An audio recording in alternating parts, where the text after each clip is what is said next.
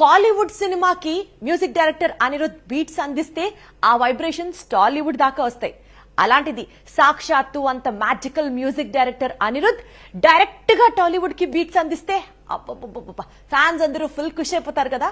Exactly మే 19th వేదికగా టాలీవుడ్ కి music అందించడానికి ఆడియన్స్ ముందుకు రాబోతున్నాడు music director Anirudh. Devara first single release కు ముహూర్తం ఖరారైన వేళ అందరూ జైలర్ లోని హుకుం ను హమ్ చేస్తున్నారు. అందుకు కారణం దేవరా ప్రొడ్యూసర్ నాగవంశీ ఇచ్చిన స్టేట్మెంట్.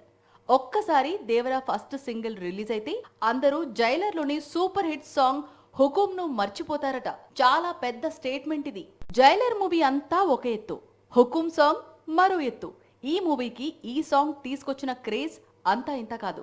ఇప్పుడు సాంగ్ ను బీట్ చేసే సాంగ్ ను దేవరలో ఉంది అంటున్నాడు ప్రొడ్యూసర్ నాగవంశీ. 2019లో నాని నటించిన గ్యాంగ్ లీడర్ కు మ్యూజిక్ కంపోజ్ చేశాడు అనిరుద్. ఆ తర్వాత టాలీవుడ్ వైపు చూడలేదు, పూర్తిగా కోలీవుడ్ కు పరిమితమయ్యాడు. తనదైన బీట్స్ తో ప్రస్తుతం కోలీవుడ్ లో టాప్ మ్యూజిక్ డైరెక్టర్ గా ఎదిగాడు. ఒక విధంగా Devara Anirudh re entry movie.